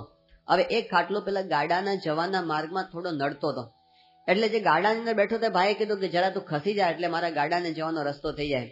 પેલો કે નહીં ખસાય, બસ એને કઈક તમોગુણ હશે કે નહીં ખસાય, જવાબ આપી દીધો. એટલે આ ગુસ્સે થયો કે કેમ નહીં ખસાય, અને બંને વચ્ચે ઝઘડો, અને ગુસ્સો 5 મિનિટમાં તો પરાકાષ્ઠે સ્ટેપ પહોંચી ગયો. પેલો એને દાદ ના આપે અને આય દાદ ના આપે, એટલે પેલા ગાડાવાળાને જરા આમ બરાબર ગુસ્સો ચડી ગયો. તે ગાડામાંથી કુહાડી લઈ અને પેલાના માથામાં બરાબર ઠપકારી ગુસ્સામાં ને ગુસ્સામાં, અને પેલો મરી ગયો ત્યાં ને ત્યાં. એનું ખૂન થઈ ગયું. એના બૈરી છોકરા એ રખડી પડ્યા, અને જે ખૂન કરનાર ભાઈ હતો એને કોર્ટની અંદર લઈ જવામાં આવ્યો પકડીને, અને એને જન્મ ટીપની સજા થઈ. એટલે એના બૈરા છોકરા પણ રખડી પડ્યા. હવે ઘરની અંદર ખાલી 5 મિનિટ એને જાળવી ગયા હોત, બેમાંથી એકાદો પણ જો જાળવી ગયો હોત ને 5 મિનિટ માટે, તો કેટલું બધું એની પાયમાલી બચી જાત. પણ કામ એશ, ક્રોધ એશ, પછી પસ્તાવો થાય કે આવું ન કર્યું હોત તો સારું હતું. પણ સંસ્કૃતમાં કીધું છે કે ઉત્પન્ન પશ્ચાત તાપસ્ય બુદ્ધિર ભવતી યાદૃશી તાદૃશી યદિ પૂર્વમ સ્યાત કસ્ય ન સ્યાન મહોદય. કે ઉત્પન્ન પશ્ચાતાપ, પશ્ચાતાપ થયા પછી આપણા મનમાં જેવી બુદ્ધિ હોય છે એવી જો પહેલા હોત તો પછી આપણે ભૂલ કરત, પણ એ વખતે રહેતું નથી, પાછળથી બળતરા થાય છે. તો એટલે કે છે કે આવા જે દોષો છે ને એ આપણને હેરાન કરે છે. નેપાળની અંદર હમણાં બધાએ પ્રસંગ સાંભળ્યો છે, પેલા દીપેન્દ્રસિંહ હતા અને એમણે આમ જરાક ગુસ્સો આવી ગયો, પણ ગુસ્સાની ઉપર સંયમ ન થઈ ગયો, આખા પરિવારને ખલાસ કરી નાખ્યો, રાજ પરિવારને, અને છેલ્લે પોતાનું પણ. તો પોતાનું નિકંદન, દેશને પણ પાયમાલ કરી નાખ્યો. પણ જ્યારે ક્રોધ આવે છે ને ત્યારે ક્રોધાદ ભવતી સમોહ, એને ભાન નથી રહેતું હું શું કરું છું. તો કામ એશ, ક્રોધ એશ, રજોગુણ સમુદ્ભવ. આવું કેમ થાય છે? ત્યારે શ્રી કૃષ્ણ ભગવાન પછીના શ્લોકની અંદર કહે છે કે ધૂમેન આવ્રિયતે વહની યથા. આપણી અંદર જ્ઞાન તો પડેલું જ છે અંદર જ, આપણે કઈ બહારથી લાવવાનું નથી, અંદર જ જ્ઞાનનો ધોધ પડેલો છે, પણ એની ઉપર એક આવરણ આવી ગયું છે. તેવી રીતે ધુમાડાથી વહની હોય ને અગ્નિ, એવી જેમ ધુમાડાથી આવૃત થઈ જાય ને એવી રીતે આપણું જ્ઞાન અજ્ઞાનથી આવૃત થઈ ગયું છે. આ એક દ્રષ્ટાંત શ્રી કૃષ્ણ ભગવાન આપ્યું. બીજું દ્રષ્ટાંત કયું આપ્યું કે આદર્શ મલેન, આદર્શ એટલે અરીસો, અરીસાની ઉપર જેમ ધૂળ બાજી ગઈ બરાબર, આમ મહિના દિવસથી ધૂળ બાજી ગઈ તો પછી અરીસામાં આપણને આપણું મોઢું દેખાતું નથી. તો આદર્શ મલેન યથા, એવી રીતે આપણું જ્ઞાન અજ્ઞાનથી આવૃત થઈ ગયું છે. અને ત્રીજી વાત કરે છે ગર્ભ ઉદબેન યથા, જેમ ગર્ભ એ પોતે પેલા એના આવરણથી આવૃત થઈ ગયેલો હોય છે, એવી રીતે આ બધા આવરણ એવા છે કે એને લીધે આપણને જ્ઞાન થતું નથી અને જ્ઞાનનો અનુભવ થતો નથી. આપણા જ સ્વભાવને પ્રકૃતિ આપણને દુઃખ આપે છે, બહારથી કોઈ આપણને દુઃખ આપતું નથી. એકવાર વંટોળિયો હતો ને, વંટોળિયો એ આમ વંટોળે જતો હતો અને રસ્તામાં એને એક જણને પૂછ્યું કે અલ્યા વાહ કોને કહેવાય, પવન કોને કહેવાય, વાહ કોને કહેવાય? પેલો માણસ કે જો તું તારો વળ મૂકી દે ને તો તું જ વાહ કહેવાય. આ તારો વળ છે ને એને લીધે તું વાહ કહેવાતો નથી, વંટોળિયો કહેવાય. પણ જો વળ મૂકી દે તો તું વાહ બની જા. આ દ્રષ્ટાંત યોગી બાપા ઘણી વખત આપતા. એમ આપણે જો આપણા સ્વભાવ મૂકી દઈએ ને તો આપણા મન સ્વામીમાં ક્યાં ફેર છે? એ પોતે જેમ બ્રહ્મ સ્વરૂપ સ્થિતિમાં વર્તે એમના જેવું સુખ આપણને પણ આવવા માંડે, એ જેમ મુક્ત દશામાં વર્તે એમ આપણને આવવા માંડે. પણ આપણી પ્રકૃતિ ને આપણા સ્વભાવ છે ને એ આપણને દુઃખી કરે અને એને લીધે આપણે બીજાનો આદર પ્રાપ્ત નથી કરી શકતા. અને સ્વામી બાબા બધાનો આદર પ્રાપ્ત કરી શકે છે, કારણ કે સ્વતંત્ર છે, મુક્ત છે, પ્રકૃતિના બંધનમાં નથી. એકવાર એક ગામની અંદર છે ને એક માણસ મૂર્ખો હતો, તે બધાને મૂર્ખો કીધા કરે. તેને કંટાળો આવ્યો કે આખા ગામમાં બધા મને મૂર્ખો કરે છે, હવે તો મારે છે ને એવી જગ્યાએ જતા રહેવાનું છે ને, નવી જગ્યાએ હું જતો રહીશ કે જ્યાં કોઈને ખબર ન હોય કે મને લોકો મૂર્ખો કહે છે. એવી જગ્યાએ જતા રહી અને મારે છે ને એવું જીવન જીવું કે લોકો મને મૂર્ખો ના કહે. એટલે સવારના પોરમાં અંધારું હજી તો હતું ને, અને દોડવા જ માંડ્યો. એ કે જેટલું દૂર પહોંચી જાય ને એટલું દૂર પહોંચી જવું, બસ જ્યાં લોકો જાણતા ન હોય કે હું મૂર્ખો છું. અને એક જગ્યાએ પોતે પહોંચ્યો. હવે સવારના 7, 8, 9 વાગ્યા અને ગામ આવ્યું. હવે એ વખતે તરસ બહુ લાગી હતી, દોડ્યો તો બહુ ને એટલે તરસ લાગી હતી. એ વખતે પેલી ગામની બાઈઓ હતી ને પોતે પાણી સીંચતી હતી. એટલે આ છે ને ત્યાં જઈને ઉભો રહ્યો. એ કે મને પાણી પાવ ને. પેલી બાઈએ કીધું સારું હાથ ધર, ખોબો ધર. એટલે પેલા ખોબો આમ ધર્યો ઊંધો, આમ ખોબો ઊંધો ધર્યો. પેલી બાઈ કે મૂર્ખો લાગે છે. એ કે તમને કોણ કહી ગયું? આટલી વારમાં અહીં ખબર પડી ગઈ. એ કે તારા લક્ષણ કે છે કે તું મૂર્ખો છે. એ ગમે ત્યાં જાય ને તો એના સ્વભાવ એની સાથે છે. એ કદાચ હિમાલયમાં જતો રહે તો મૂર્ખો મટે નહીં. એમ આપણને એમ થાય કે ચલો હિમાલયમાં જતા રહે એટલે સુખિયા થઈ જાય. ત્યાં સ્વભાવ ને પ્રકૃતિ તો ભેગા જ છે. ગમે ત્યાં જાય ને તો પણ સ્વભાવ પ્રકૃતિ ભેગા છે, ત્યાં સુધી આપણને સુખ લેવા દે નથી. જેમ એક ડોશીમાં હતા ને, એને ચોરી કરવાની ટેવ, નાની નાની વસ્તુઓ ચોરી લે, ગમે ત્યાંથી કંઈક મળે ને ચોરી લે, બસ. હવે ઘરની અંદર કઈ ખામી નહોતી, પણ એક સ્વભાવ પડ્યો ને એટલે રેવાય નહીં. હવે એના દીકરાના લગ્ન, એટલે બધાએ કીધું ડોશીમાં તમે ઘરે જ રહો, તમારા સ્વભાવ છે ને ગમે ત્યાં તમારી આપણી આબરૂના કાંકરા કરી નાખે છે, તમે આવશો જ નહીં. એ કે ના છે ને હું કઈ નહીં કરું, હું છે ને કઈ લઈશ નહીં, હું કઈ ચોરી નહીં કરું. અને કે બરાણે આવવા તૈયાર થાય. એ કે સારું છાનામાના બેસી રહેજો. અને ત્યાં લઈ ગયા. અને પછી તો આમ લગ્ન પૂરા થઈ ગયા. અને પછી જાન પાછા આવતી હતી ગાડામાં બેસીને. એ વખતે વરરાજાના પેલા લુગડા એક ગાડાની અંદર રાખ્યા હતા. હવે એ ગાડાની અંદર છે ને થોડે આગળ ગયા ને તો એકદમ છલક છલક થવા માંડ્યું. અને પેલા કપડા છે ને એ બધા ભીના થવા માંડ્યા. એ વખતે કીધું આ શું થાય છે, આ શું છલકાય છે? એ વખતે પેલી ડોશીમાં બોલ્યા કે બીજું કઈ નહીં, પણ મારા સ્વભાવ છલકાય કે છાસ ચોરી લીધી હતી. છેલ્લે કઈ નહીં તો એક મટકી ભરી અને કે કઈ રેવાયું નહીં મારાથી, છેલ્લે સાવ આમને કોરે કોરું જાય તો કંઈક તો લઈ લેવું છે, એટલે આટલું મેં લઈ લીધું. તો જાણે છે છતાં પણ પ્રકૃતિનું બંધન, સ્વભાવનું બંધન છે ને એને લીધે મુક્ત થઈ શકાતું નથી. તો આ પ્રકૃતિના બંધનથી આપણને ભગવાન અને સંત વિના કોઈ મુક્ત કરી શકે એમ નથી. કોઈ એમ ધારતું હોય કે હું મારી મેલે કદાચ કરી નાખું, ચલો સુધારો, મારા પુરુષ પ્રયત્નથી સુધારો કરો, તો કદાચ થઈ શકે. પણ આપણે થોડા નાના સુધારા કરી શકીએ. કેટલા નાના સુધારા આપણા જીવનમાં આપણે કરી શકીએ. અને એ પણ પરમેનન્ટ તો નથી કરી શકતા. આપણે એમ સુધારો કરે પાછું ફસકી જવાય, સુધારો કરે પાછું ફસકી જવાય. પણ ભગવાન અને સંતોનું એક જબરજસ્ત મોટું બળ છે. એ વાત આપણે સમજવાના છીએ કે ગુરુનું બળ હોય ને તો પછી આપણને આ બધી પ્રકૃતિ અસર કરી શકતી નથી. અમદાવાદની અંદર પ્રોફેસર છે, પ્રોફેસર હસમુખભાઈ રાવલ એમનું નામ છે. અને પોતે મેનેજમેન્ટના પ્રોફેસર છે, એટલે બધા મેનેજરોને ટ્રેનિંગ આપે. સારંગપુરમાં થોડા વર્ષો પહેલા સંતોને માટે આવી મેનેજમેન્ટની ટ્રેનિંગનો કોર્સ તૈયાર કરવામાં આવ્યો હતો. તો અમદાવાદથી જુદા જુદા પ્રોફેસરો આવી રીતે સારંગપુર સંતોને મેનેજમેન્ટની ટ્રેનિંગ આપવા માટે આવતા હતા. એમાં પ્રોફેસર હસમુખભાઈ રાવલ પણ પોતે આવેલા. રવિવાર આવે, આખો દિવસ ટ્રેનિંગ આપે. હવે એ વખતે એમને સારંગપુરમાં આવીને સંતોને પોતે પોતાના મુખે પોતાની વાત કરેલી કે હું 30 વર્ષથી આ ફિલ્ડની અંદર છું, મેનેજમેન્ટ ફિલ્ડની અંદર, અને બધાને ટ્રેનિંગ આપું છું. અને મારો મુખ્ય સબ્જેક્ટ છે મોટિવેશન ઉપર હું બધાને પ્રેરણા આપું છું, બધા મેનેજરોને. પણ એમણે વાત કરી કે મારા જીવનમાં એક પ્રસંગ બની ગયો કે છેલ્લા 40 વર્ષથી મારા જીવનમાં બીડીનું વ્યસન હતું. હું 9મા ધોરણમાં ભણેલો ને ત્યારથી મને બીડીનું વ્યસન હતું. અને મેં છોડવા માટે બહુ પ્રયત્નો કર્યા, પણ કોઈ રીતે બીડી છૂટે નહીં. મારી પત્નીએ મને 100 કરતા વધારે વખત ઉપદેશ આપ્યો હશે અને આગ્રહપૂર્વક મારી બીડી છોડાવી હશે. પણ જ્યારે હું બીડી છોડું ને 2-3 દિવસ સુધી રહેવાય, પણ પછી પાછું ચાલુ થઈ જાય. હું મોટિવેશન પર વાત ભલે કરતો પણ મારા જીવનને હું મોટિવેટ કરી શકતો નહોતો. આ મારી નબળાઈ હતી. પણ કે આજથી 6 મહિના પહેલા સ્વામી શ્રી અમદાવાદની અંદર પધારેલા અને એ વખતે હું એમના દર્શન કરવા માટે ગયો. મને ત્યાં લઈ જવામાં આવ્યો હતો. તો એમણે કીધું કે બાપાની પાસે તો ખાલી મને 1 મિનિટ સુધી બેસવાનો લાભ એ વખતે મળેલો. કોઈ લાંબો સંવાદ થયો નથી. સ્વામીએ કોઈ જાતનો ઉપદેશ આપ્યો નથી. બસ સ્વામીને હું મળ્યો ને ઉભો થયો એટલે મોટિવેટ થઈ ગયો. સત્પુરુષના આટલા સંબંધથી અને એ દિવસથી મારી બીડી ગઈ તે ગઈ, હજી સુધી ફરીવાર સંકલ્પ થયો નથી. તો સત્પુરુષના અને ભગવાનના સંબંધની અંદર આપણે ગમે એટલા પ્રયત્ન કર્યા હોય ને એમનું બળ કંઈક નોખું બળ છે. એ જે પરિવર્તન કરે ને કંઈક નોખું બળ. ત્યાં રાજકોટની અંદર આપણે એક હરિભક્ત છે વિક્રમસિંહ નામના, અત્યારે મંદિરની અંદર જ સેવા કરે છે, ગાડી ચલાવે છે. હવે એ પોતે અફીણના અઠંગ વ્યસની, રોજ 9 તોલા અફીણ ખાઈ જાય, દિવસનું 9 તોલા અફીણ, અને અડધા રાજકોટને અફીણ પોતે પૂરું પાડે.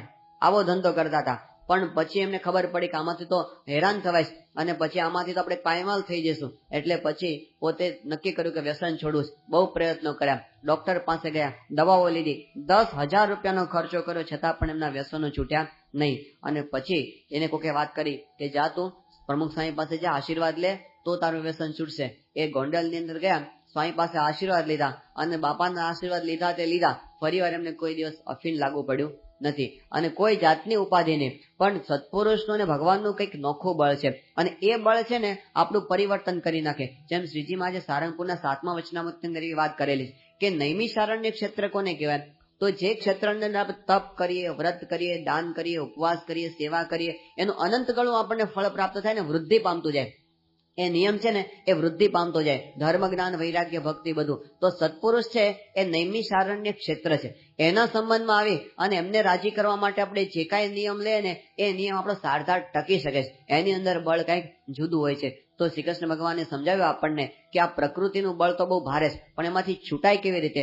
આ જ શ્લોકનો ઉલ્લેખ શ્રીજીમાં જે વચનામૃતની અંદર કરેલો છે, ગરડા મધ્યનું 37મું વચનામૃત. એની અંદર મહારાજે પોતે આપણને સમજાવ્યું છે કે જ્યારે જ્ઞાની પુરુષ હોય એ પણ પ્રકૃતિ સરખું આચરણ કરતો હોય તો એને પ્રકૃતિના બંધનમાંથી મુક્ત કેવી રીતે થવું? તો મહારાજે ત્યાં વાત કરી છે કે 3 વસ્તુની જરૂર છે. કઈ 3 વસ્તુ? તો કહે છે કે ઉપદેશના કરનારા જે સત્પુરુષ હોય એના વચનની અંદર અતિશય વિશ્વાસ હોય. આપણને સત્પુરુષના વચનમાં અતિશય વિશ્વાસ. બીજું કે એમની અંદર અતિશય પ્રીતિ હોય, આપણને હેત હોવું છે તો એની વાત મનાય. અને ત્રીજી વાત કરી કે ઉપદેશના કરનારા હોય એ કદાચ ગમે એટલા દુખવીને કઠણ વચન કહે ને તો પણ એની અંદર પોતાના હિતકારી માનીને સવળા ગ્રહણ કરતો જાય, એની અંદર પોતે અવગુણ ન લે, તો પછી એની પ્રકૃતિ છે ગમે તેવી કઠણ હોય ને તો એ પણ ટળી જાય. તો આનાથી આપણને ભગવાનનું અને સંતોનું બળ પ્રાપ્ત થાય છે અને એનાથી આપણે વધારે ને વધારે આપણી પ્રકૃતિ પર વિજય પ્રાપ્ત કરી શકીએ છીએ. પહેલી એમને વાત કરી છે કે સત્પુરુષની અંદર આપણને વિશ્વાસ આવી જવો જોઈએ. ગઈકાલે આપણે જે શ્રદ્ધાની વાત સમજતા હતા, શ્રદ્ધાવાન લભતે જ્ઞાનમ, આપણને શ્રદ્ધા હોવી જોઈએ. જો શંકા કુશંકા કર્યા કરીએ ને તો પછી આપણા હાથની અંદર કંઈ આવતું નથી. શ્રી કૃષ્ણ ભગવાન એટલે વાત કરી કે સંશય આત્મા વિનશ્યતિ.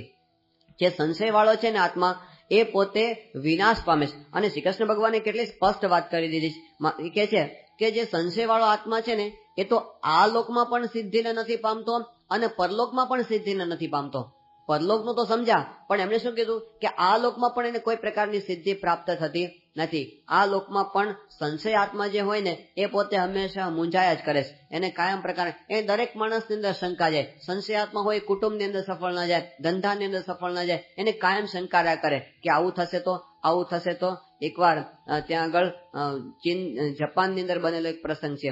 હવે એ જમાનો એવો હતો કે એ વખતે હજી અરીસા છે ને એ બધા બહુ પ્રસિદ્ધ થયા નહોતા, એનું કઈ સંશોધન બહુ પ્રસિદ્ધ થયું નહોતું. એ વખતની આ વાત છે કે એક માણસ હતો, એ રસ્તા પરથી એમ પસાર થતો હતો અને રસ્તામાં એને અરીસો મળ્યો. એને ખબર નહીં કે આને અરીસો કહેવાય. એને હાથમાં લીધો અરીસો અને એને અંદર એક મોઢું દેખાણું, ચહેરો દેખાણો. એને લાગ્યું કે આ તો મારા બાપુજીનો ફોટો એવું લાગે છે. આકાર સરખો દેખાય ને, એના પિતાજી આવા જ દેખાતા હતા. એટલે કે આ તો મારા પિતાજીનો ફોટો હોય ને એવું લાગે છે. એટલે છે ને પોતે ઘરે લઈ ગયો અને એને પોતાની કબાટની અંદર એક જગ્યાએ સંતાડી દીધો રોજ. હવે પછી શું કરે કે આપણે રોજ પિતાજીના દર્શન કરવા, એટલે સવારે જે નોકરીએ જાય ને પેલા શું કરે, પોતે આમ અરીસો જોઈ લે, રોજ એકવાર અરીસો જોઈ લે. હવે આ વાત એમના પત્નીને ખબર પડી કે રોજ છે ને એ ઓફિસ જતા પહેલા કંઈક અંદર જુએ છે, ખૂણામાં જઈ અને કંઈક જુએ. શું હશે? એટલે એમને શંકા ગઈ. એટલે પેલા એના હાજર નતા ને, પેલો પતિ ગયો હતો ને પાછળથી ગયા અને ત્યાંથી એનું પેલું કાઢ્યો અરીસો અને જોયું કે આ તો કોઈક સ્ત્રીનો ફોટો છે, આ તો કોઈક સ્ત્રીની પ્રતિમા છે અને આ રોજ આના દર્શન કરે છે. એટલે એને શંકા ગઈ અને ઘરમાં ઝઘડા શરૂ થયા. શંકા વસ્તુ એવી છે ને, ઝઘડા શરૂ થયા અને સાંજે આવ્યા એટલી વાર આવ્યા ને તૂટી જ પડી કે કોનો ફોટો રાખો છો? એ કે કોઈનો નહીં, મારા બાપનો ફોટો છે. એ કે ના ના, તમારા બાપનો નથી, આ તો કોઈક બાઈનો ફોટો છે. એટલે બંનેની વચ્ચે ઝઘડા થયા અને બહુ જામ્યું. એટલે બંને છે ને ભેગા થઈ અને ત્યાં આગળ પેલો એક મંદિરની અંદર પૂજારી હતો ને એની પાસે ગયા કે આપણા વડીલ છે ને એને આપણે પૂછીએ, આપણે બેનું સમાધાન કરી આપે. પેલી કે સ્ત્રીનો જ છે, પેલા કે મારા બાપનો જ છે. બંને ત્યાં ગયા અને પૂજારી પાસે ગયા અને પછી એમને કીધું કે જો આ ફોટો છે ને હું રાખું છું અને આ છે ને એવું કે છે કે કોઈક સ્ત્રીનો જ, હકીકતમાં મારા બાપનો જ. પેલા એ ફોટો હાથમાં લીધો અને પછી કીધું કે કઈ તમે બંને મૂર્ખા જેવા છો. કે કેમ? એ કે આની અંદર તો આ તો કોઈ સ્ત્રીનો પણ ફોટો નથી અને તારા બાપનો પણ ફોટો નથી, આ તો કોઈક મંદિરના પૂજારીનો ફોટો એવું લાગે છે. હવે એ લોકોના ઝઘડા કોણ સમાવી શકે? ત્રણેય ઝઘડવા માંડ્યા અને પછી કોઈ જ્ઞાની પુરુષાને કીધું આ તો હરીસો છે, તમને બધાને પોતપોતાના મોઢા એની અંદર દેખાય છે. પણ સંશય વાળો આત્મા હોય ને એને કાયમ દુશ્મન છે અને એની અંદર પોતે પોતાના એનો ઢીચણનો નીચેનો ભાગ ખલાસ થઈ જાય અને પછી પોતે જીવન જીવવાની નિષ્ફળ જાય. માનસિક રોગ છે પણ એની શરીરની ઉપર અસર થયા કરે. તો એની અંદર માણસને હંમેશા બધા પોતાના દુશ્મન જ લાગ્યા કરે. એક સંન્યાસી હતા, યોગી બાપા આ વાત ઘણી વખત કરતા કે સંન્યાસી છે ને પેલા છે ને આવા બધા બહુ એને ઝઘડાઓ કરાવેલા બધા કુટુંબની અંદર અને ખટપટ બહુ કરેલી. પછી સાધુ થઈ ગયો. હવે એક વખત પોતે આમ ફરતો ગયો હશે એક ગામની અંદર અને કોઈક ગ્રહસ્થને ઘરે ભાવિક હશે, પોતાને ઘરે એને ઉતારો આપ્યો 2-4 દિવસ રહેવા માટે. હવે પેલા સંન્યાસીને થયું કે મેં ઘણા વખતથી મારી આ જે ઝઘડો કરવાની વિદ્યા છે ને એ મેં અજમાવી નથી, એકવાર આજે અજમાવી જાઉં ચલો. અને એને અજમાવવા પ્રયત્ન કર્યો કે મારી વિદ્યા અજમાવું. એટલે છે ને પેલો પુરુષ ઘરે એકલો હતો ને ત્યારે છે ને એને કીધું કે તને ખબર છે કે તારી બેન છે ને, તારી બેન એ તો ડાકણ છે, કે જવા દો, આવી વાત ના કરશો મારી પાસે. એ કે હા હું સાચું કહું છું. ડાકણ છે અને એ તો છે ને તને ખાવા પ્રયત્ન કરે છે, જોજે આજે રાત્રે બરાબર જોજે, એ છે ને તને ખાવા માટે રાત્રે જાગતો રહેજે, ઊંઘી ના જતો કે, અને તને ખબર પડશે. પછી છે ને એ આગો પાછો થયો એટલે એની બેન હતી ને એને બોલાવી, એને વાત કરી કે તને ખબર છે તારો ભાઈ છે ને એ તો હમણાં દારૂના રવાડે ચડી ગયો છે. હા, રાત્રેનું મોઢું સૂંઘવા જજે, સુઈ જાય ને પછી જોજે એમાંથી દારૂની વાસ આવશે. અને એને ચડાવી બરાબર. અને પાછળથી પેલી પત્ની હતી ને પેલા જે ભાઈ હતા એમને એકાંતમાં મળી ત્યારે એને વાત કરી કે તને ખબર છે કે તારી ભાઈ ને તારા બેન છે ને એ બંનેની વચ્ચે ગમે તેવા સંબંધો છે, તું રાત્રે બરાબર જાગજે ને જોજે શું કરે છે. એટલે પછી એને રાહ જોઈ. રાતના શું થયું, પેલી બેન હતી ને એ પેલો ભાઈ જાગતો જ તો એનું મોઢું સૂંઘવા ગઈ. મોઢું સૂંઘવા ગઈ ને પેલો જાગતો તો આવી અને ખબર પડી, ફાળ પડી કે આ ખરેખર ડાકણ જ છે અને આ તો મને ખાવા પડે. અને એની પત્ની તો ખૂણામાં રહીને જોતી હતી તિરાડ મારીને કે શું કરે છે આ. અને ત્રણેયની વચ્ચે જે ઝઘડા થયા અને એ વખતે મારકૂટ થવા માંડી. પછી પેલા સંન્યાસીએ કીધું તમે શાંતિ રાખો, એકબીજાની અંદર વિશ્વાસ રાખો, કોઈ ખોટું નથી. આ તો મેં મારી વિદ્યા અજમાવી હતી તમારી ઉપર, પણ આવી વિદ્યા કોઈક અજમાવી જાય આપણા ઉપર તો આપણા મનની અંદર શંકા રહ્યા કરે ને, તો જ્યાં સુધી શંકા હોય ત્યાં સુધી કુટુંબમાં માણસ નિષ્ફળ જાય, ધંધામાં નિષ્ફળ જાય. આમ અમારા સાહેબ એવું કહેતા કે તમે જો કોન્ફિડન્સ નહીં હોય ને તો તમે કોઈ દિવસ વિદ્યાર્થી પરીક્ષાની પેપર લખી શકે નહીં. એ આત્મવિશ્વાસ વગર લખવા માટે બેસે ને, તમે આત્મવિશ્વાસ વગર કે તમે ખાડે જાઓ તો સફળ ના જાઓ, એની અંદર તમારે મૂંઝાઈને પાછા આવો. પણ બધામાં આત્મવિશ્વાસની જરૂર પડે.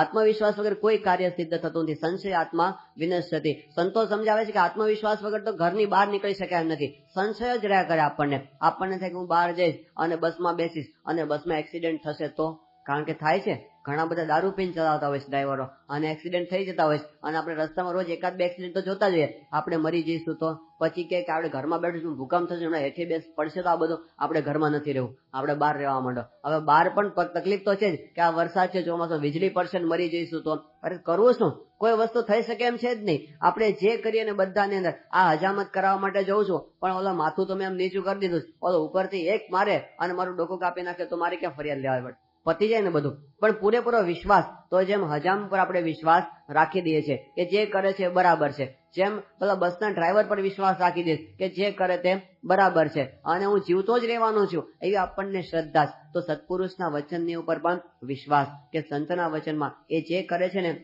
એ સારા માટે કરે છે. તો આવી રીતે વિશ્વાસ સાથે આપણે શરૂઆત કરીએ. બીજી વસ્તુ છે પ્રીતિ. આપણને જેમ સગા સંબંધીમાં સ્નેહ છે એવી રીતે સંતની અંદર પ્રીતિ કરી દીધી હોય તો આપણને સ્વભાવ છોડવા અઘરા નથી પડતા. ઘણા બધાએ પોતાના પ્રિયતમ માટે સ્વભાવ છોડી દીધા છે. જેમ ઇંગ્લેન્ડની અંદર પેલો એડવર્ડ હતો, કિંગ એડવર્ડ. હવે એ વખતે છે ને 8મો એડવર્ડ, એને પોતાની એક સ્ત્રી સાથે બહુ હેત થઈ ગયું અને એક મારે છે ને એની સાથે લગ્ન કર્યા. એનું નામ હતું મિસિસ ક્રિસ્ટાઇન સાથે એને લગ્ન કરવાની ઈચ્છા થઈ. હવે એ વખતે રાજ પરિવારમાં એવો રિવાજ હતો કે જો એને અમુક પરિવારની બહાર, અમુક જ્ઞાતિની બહાર લગ્ન કરવા હોય ને તો એ રાજા ન બની શકે. તો એડવર્ડ કે મારે ઇંગ્લેન્ડનું રાજ્ય નથી જોતું, એ રાજ્ય જોતું કર્યું ને પેલી સ્ત્રીની સાથે એમને લગ્ન કર્યા. તો અતિશય સ્નેહ હોય તો એના માટે બધું જ ત્યાગ કરવું સરળ થઈ પડે છે. એમને બધું ત્યાગ કરી દીધો. તો સંતની અંદર જો આપણને સ્નેહ થઈ જાય ને તો પછી કોઈ ત્યાગ આપણને કઠણ પડે નહીં. આપણે આસાનીથી આપણી પ્રકૃતિ પર વિજય પ્રાપ્ત કરી શકતા હોય છે. આ હેત છે. તો હેતથી માણસ છે એ પોતે પોતાની પ્રકૃતિ પર વિજય પ્રાપ્ત કરી અને ભગવાનને પ્રસન્ન કરી શકતો હોય છે. તો સત્પુરુષની અંદર આપણને હેત થઈ જાય. અને ત્રીજી વસ્તુ છે કે કદાચ આપણને કંઈક દુખવીને કઠણ વચન કે તો એને પણ આપણે સવળા માનવા, હિતકારી માનવા. અને એવી રીતે જયારે આપણે હિતકારી માની અને બધા વચન ગ્રહણ કર્યા કરીએ ત્યારે આપણે પણ સુખી થઈ જઈએ છીએ. જેમ પેલી કદલી હતી ને દુર્વાસાની પત્ની, દુર્વાસા ગુસ્સે બહુ થાય, આમ પેલી ચકલી ચરકી તો એના ઉપર નજર કરીને ચકલીને બાળી નાખી. આટલા બધા ગુસ્સાવાળા હતા પણ એમની પત્નીને રોજ 100 ગાળો આપે અને છતાં પણ પોતે આમ સાંભળે અને કે બરાબર છે આ તો બોલે. હવે એના ઉપર ગુસ્સે થઈ શકે નહીં કારણ કે સ્નેહ હતો. તો ભગવાનને સંતે આપણે ગાળો તો આપતા નથી, આટલું બધું તો કરતા નથી. અમારા ઘનશ્યામ બાપા છે ને વાત કરે કે તમારા ઘરવાળા કઈ ભ્રમરૂપ છે નથી તોય તમે એનું અપમાન સહન કરો છો. તો આ સત્પુરુષ તો ભ્રમરૂપ છે, એનું અપમાન તો આપણે સહન કરવું, કારણ કે એ આપણને જે કહે છે પરમ હિતકારી સંત કહે છે ને એ આપણા સારા માટે કહે છે. તો એવા સમજણ સાથે આપણે સત્સંગમાં નિર્માની થઈને લાભ લઈએ તો પ્રકૃતિ યાંતિ ભૂતાની. જે પ્રકૃતિને મોટા મોટા દેવતાઓ નથી જીતી શક્યા, જે પ્રકૃતિને મોટા મોટા ઋષિમુનિઓ નથી જીતી શક્યા, એને આપણે સહજની અંદર જીતી શકીએ છીએ. એવા ઘણા પ્રસંગો આપણા સંપ્રદાયની અંદર છે, બહાર પણ છે. તો સત્પુરુષના સંબંધે કરીને આપણી પ્રકૃતિ આપણે જીતી શકીએ છીએ. તો આપણે પણ સાચી સ્વતંત્રતા, પ્રકૃતિ પર વિજય પ્રાપ્ત કરીને આપણે સ્વતંત્ર બની શકીએ એવી મહારાજ સ્વામીના ચરણોમાં પ્રાર્થના. સયાન સ્વામી મહારાજની જય.